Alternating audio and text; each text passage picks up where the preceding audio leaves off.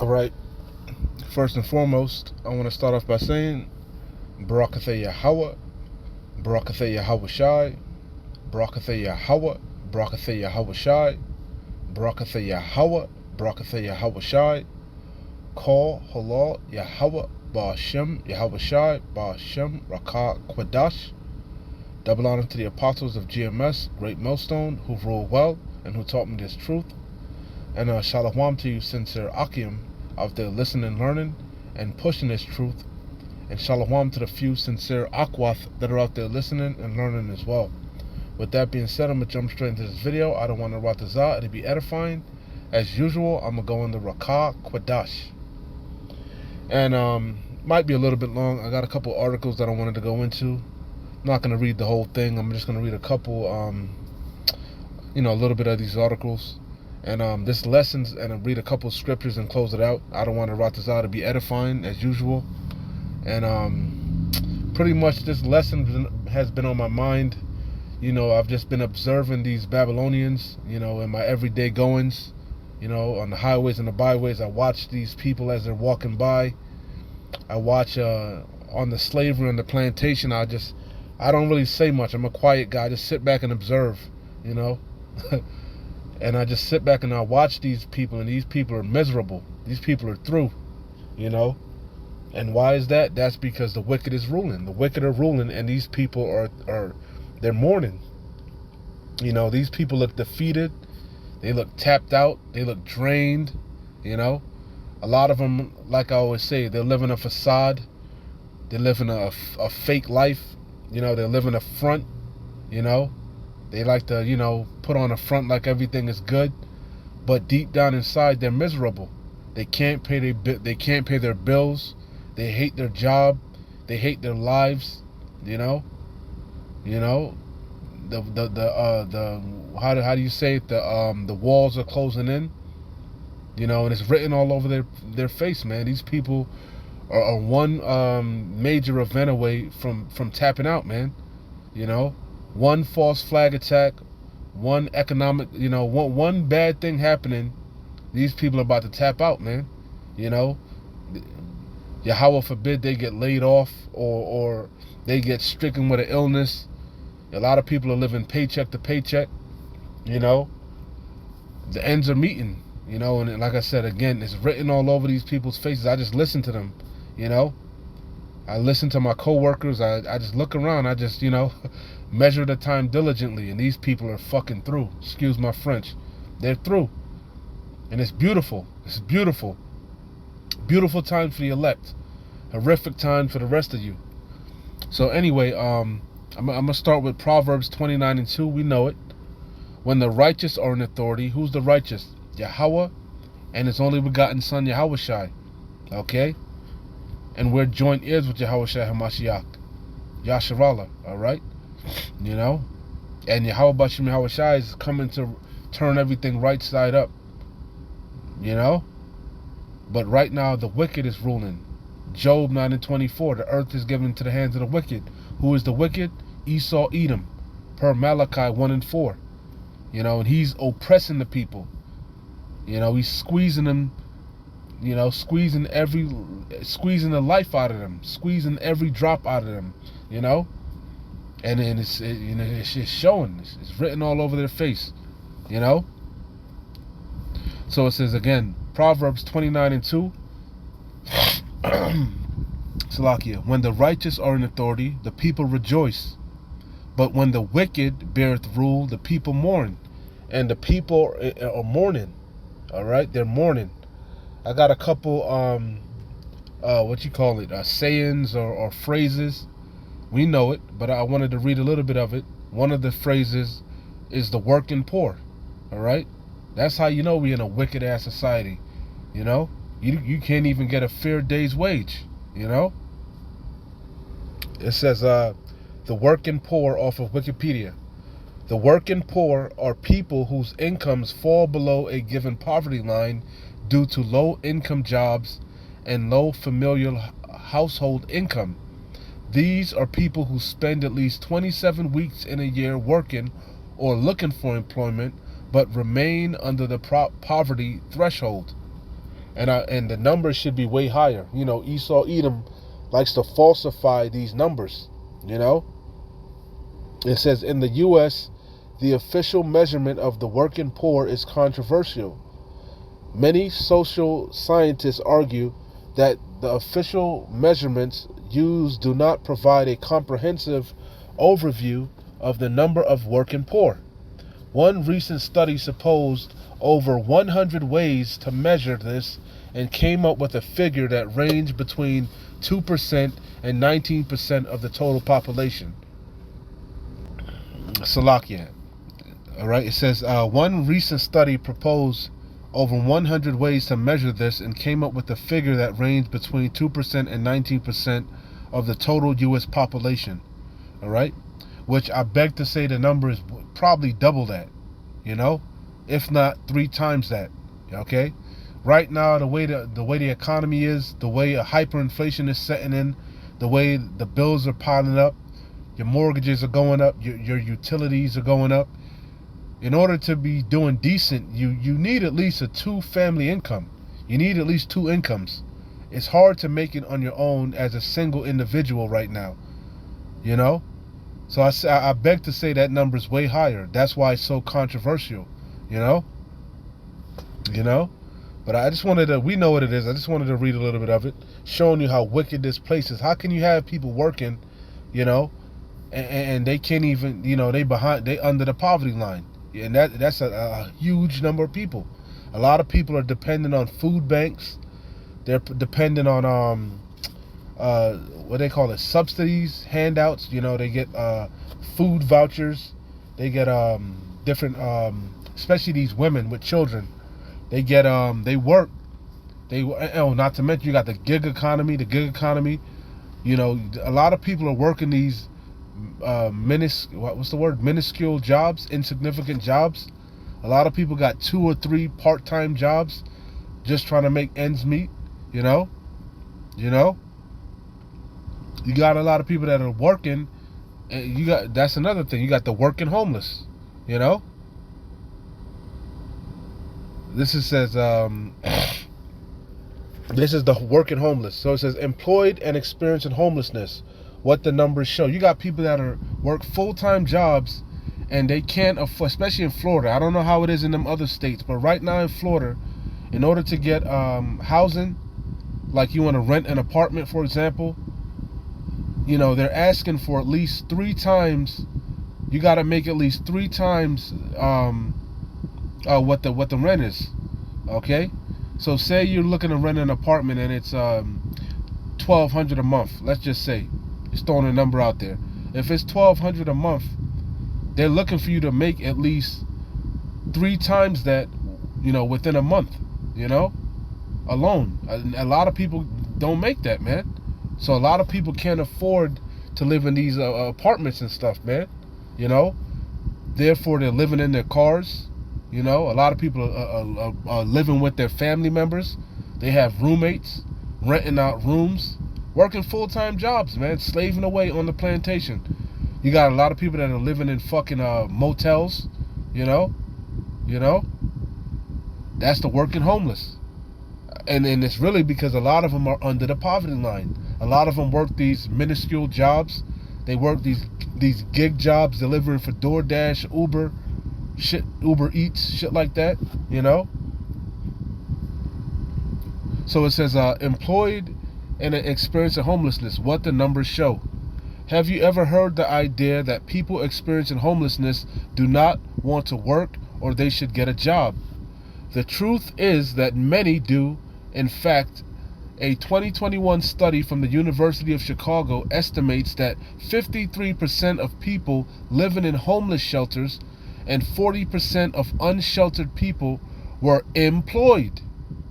So it's a mass. You got a mass, like damn near more than half of the population is working and they're homeless. Okay? According to a study from 2021. That's wicked as hell. You know? But that's because the wicked is ruling. And like I said, you look on these people's faces and you can see it. They're about to tap out, man. These people are ready to tap out.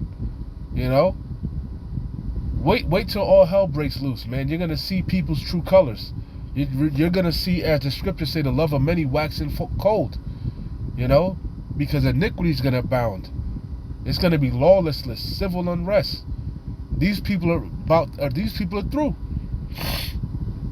So again, the truth is that many do. In fact, a 2021 study from the University of Chicago estimates that 53% of people living in homeless shelters and 40% of unsheltered people were employed, either full or part-time, in the year that people were observed homeless between 2011 and 2018. Despite how many people experiencing homelessness work, a job doesn't solve everything.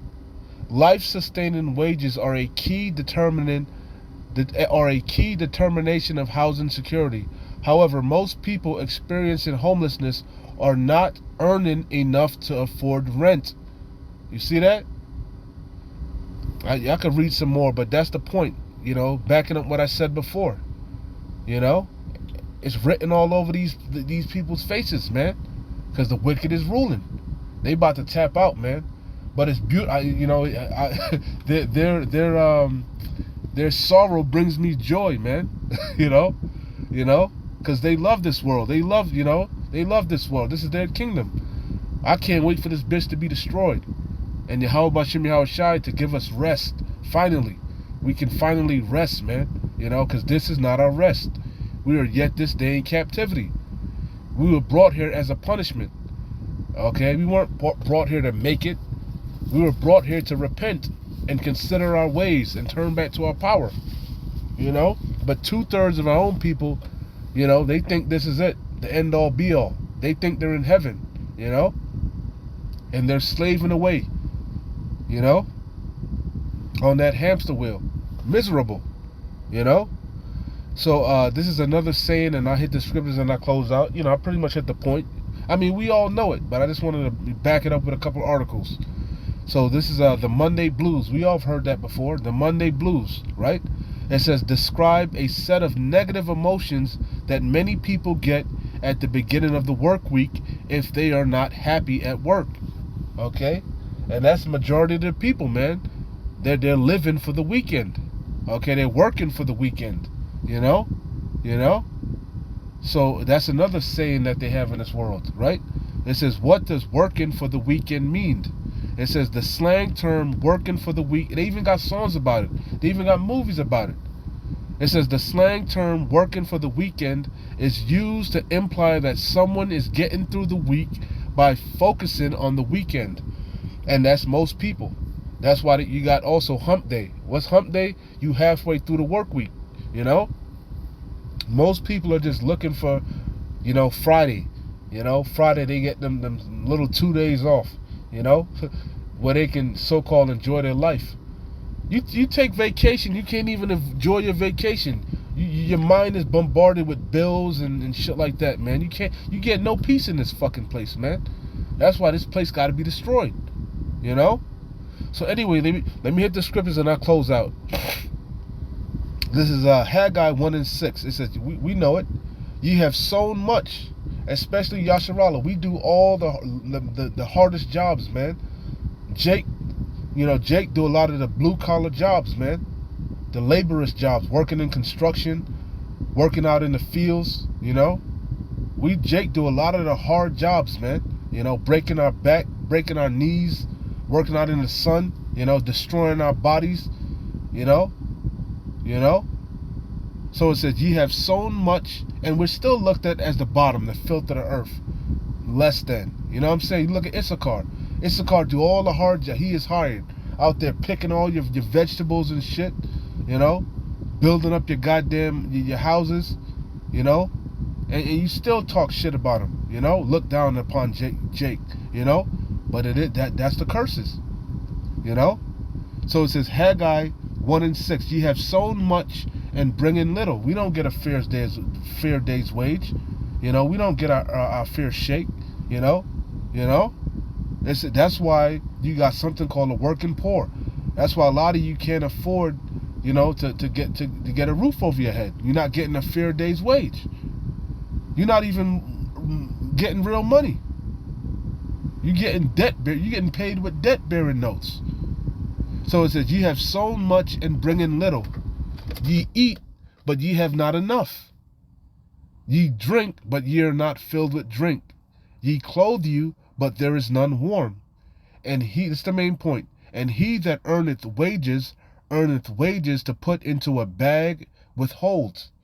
Why? Because hey, they got a saying, when it rains it pours. One bill after another. The bills never stop. The bills keep coming. Your car payment is due, then your fucking insurance is due, then your rent is due, then your light bill is due. One bill after the other. Then your goddamn car breakdown, you got to get your car fixed. One thing after the other. You get sick, you got to go to the doctor, now you got a medical bill. One bill after the other.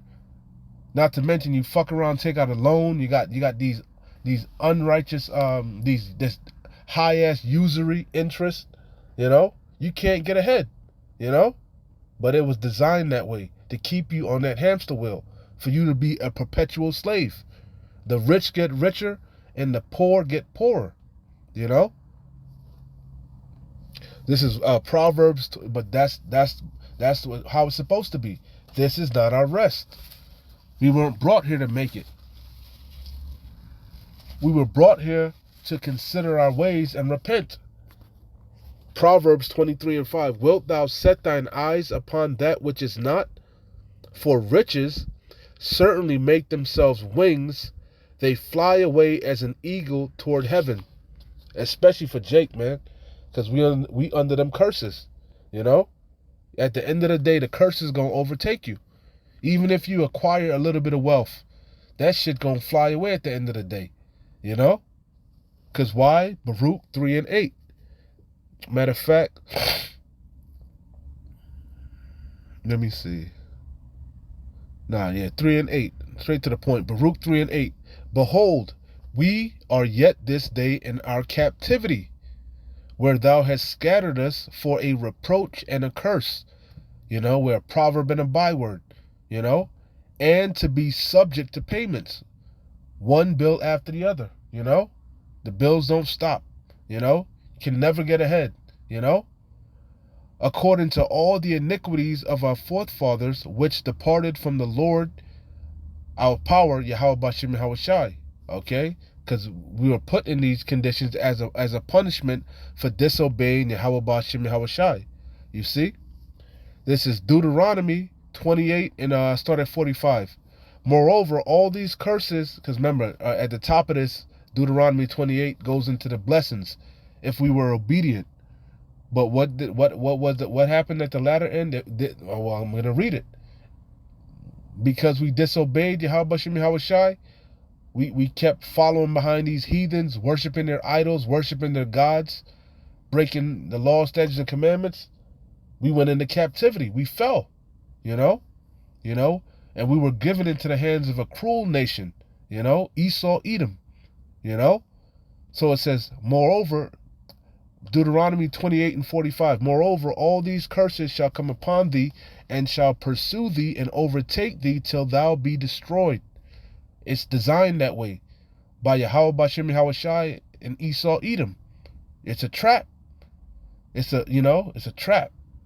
So it says, because thou hearkenest not unto the voice of the Lord Yahweh thy power, to keep his commandments and his statutes which he commanded thee, and they shall be upon thee for a sign and for a wonder. That's how we can identify ourselves, these curses, the conditions that we find ourselves in. Because thou servest not the Lord Yahweh thy power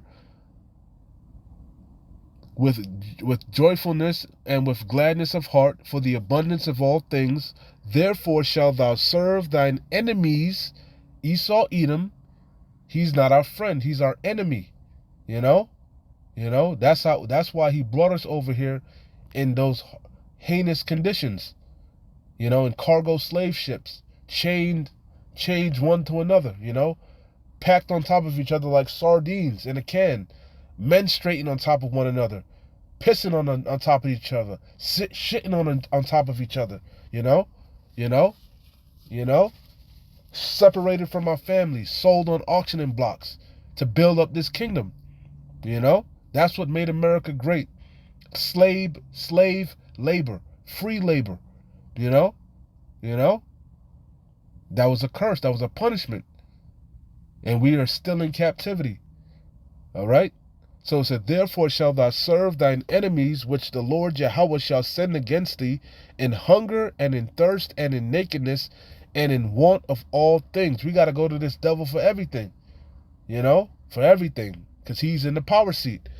We are captive, you know. It says, and he shall put a yoke of iron upon thy neck until he have destroyed thee.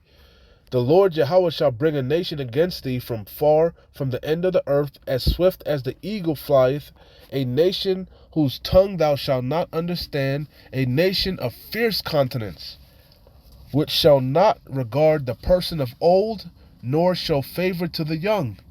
You see? That's the point. You get no mercy here.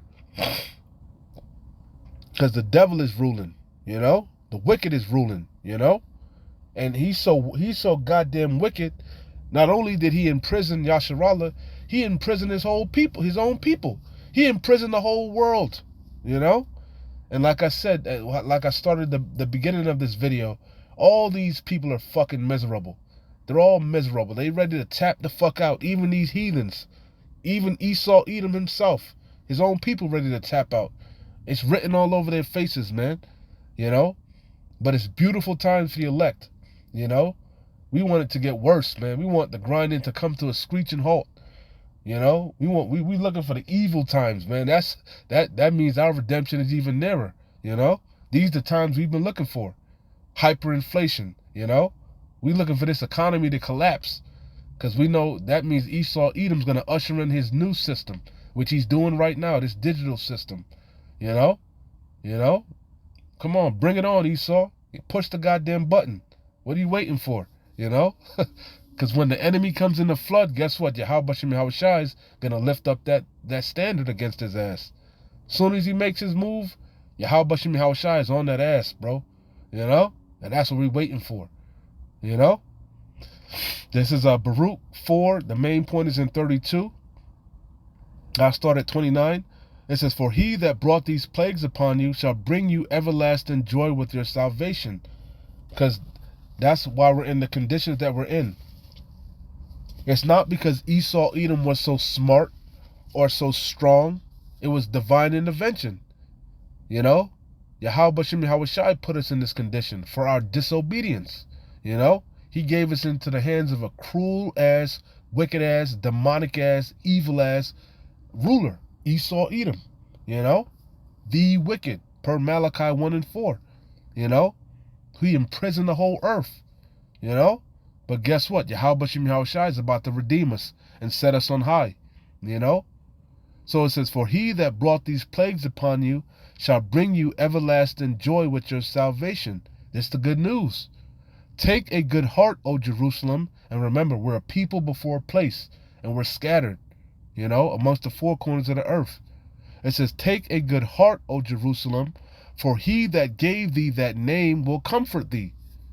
That's the good news. Our redemption is nigh. Yahweh Shem Yahweh Shai is coming with healing in his wings, you know, and he's going to recompense our enemies.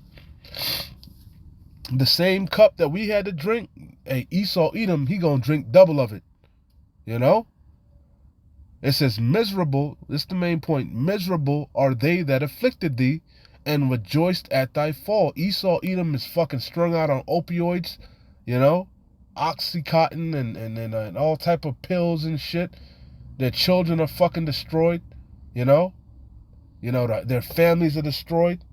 Feminism has destroyed, feminism, he used that to destroy Yasharallah, to destroy the Jake household, you know. He turned our women against us, you know, empowered the woman, kicked the man out, you know. And what happened? It backfired on his ass. His woman is out of order, you know, carrying his ass all through court, putting his ass all on child support, you know. Everything Esau Edom did to us backfired on his ass, you know. And now he's fucking miserable, you know. All these heathens are miserable. All these people are miserable, Because again, the wicked are ruling and the people are mourning, and it's written all over their faces. Miserable are they that afflicted thee, and rejoice at thy fall. Miserable are the cities which thy children served. Miserable is she that received thy sons. For as she rejoiced at thy ruin, and was glad of thy fall, and it says, so shall she be grieved for her own desolation. It's a future prophecy, you know? For I will take away the rejoicing of her great multitude, and her pride shall be turned into mourning. For fire shall come upon her from the everlasting, long to endure, and shall be inhabited of devils for a great time. That's the future judgment of America, Babylon the Great. It's going to be burnt with thermonuclear destruction. Okay? That's the good news. But before that happens, all hell is going to break loose. And that's what we're looking for. We can't wait, baby. Bring it on, Esau. Collapse this economy. So I'm going to close out here. Elder Apostle Tahar's one of his favorite scriptures, James chapter 5, verse 1. Go to now, ye rich men, weep and howl for your miseries that shall come upon you. You wicked elite, okay? The 1%, the oligarchs, you goddamn Amalekites, the ones of you that control the Federal Reserve, the ones that control the IMF, the ones of you that own all these corporations, and you hide behind these conglomerations. You hide, you change your names. You have a monopoly on the goddamn world. You merge. Everything's fucking merging because you own everything. You goddamn Rothschilds, you Gettys, you DuPonts, you Vanderbilts, you Oppenheimers, the oligarchs. The nobles. That's who this is talking about. The wicked elite. Go to now, ye rich men, weep and howl for your miseries that shall come upon you. Your riches are corrupted, and your garments are moth-eaten. Your gold and silver is cankered, and the rust of them shall be a witness against you. How you got these riches? Riches got by deceit. The kingdom is about to be translated from one people to another. You stole everything. You raped, robbed, and pillaged the people, the earth. Unjust riches. Usury. Unjust weights in your bag. You gonna pay. Your gold and silver is everything you gobbled up, you gonna vomit it up. Your gold and silver is cankered, and the rust of them shall be a witness against you, and shall eat your flesh as it were fire. Ye have heaped treasure together for the last days. Behold, the hire of the laborers who have reaped down your fields, which is kept of you, kept back by fraud, because we don't get a fair wages. We're not even getting paid with real money. And the cries of them which have reaped are entered into the ears of the Lord of Sabaoth, the Lord of armies, the Lord of hosts, Yahweh Shem Yahushai. You have lived in pleasure on the earth. That was Esau's blessing, the fatness of the earth, right? By the sword, right? It says, ye have lived in pleasure on the earth. He's not in trouble as other men. He got whole pedophile islands, Ye have lived in pleasure on the earth, and been wanton. Ye have nourished your heart as in the days of slaughter. Ye have condemned and killed the just, and he doth not resist you. Be patient, therefore, brethren, unto the coming of the Lord Adawan. Behold, the husbandman waiteth for the precious fruit of the earth, and have long patience, the patience and the faith of the saints. He that leadeth into captivity shall go into captivity. He that killeth with the sword must be killed with the sword. Here is the patience and the faith of the saints. We're waiting on Yahweh Shem Yahushai to rise up to the prey. Be patient, therefore, brethren. Our redemption is nigh also, man. Our salvation is nearer than even we believed. Just got to hold on a little bit longer.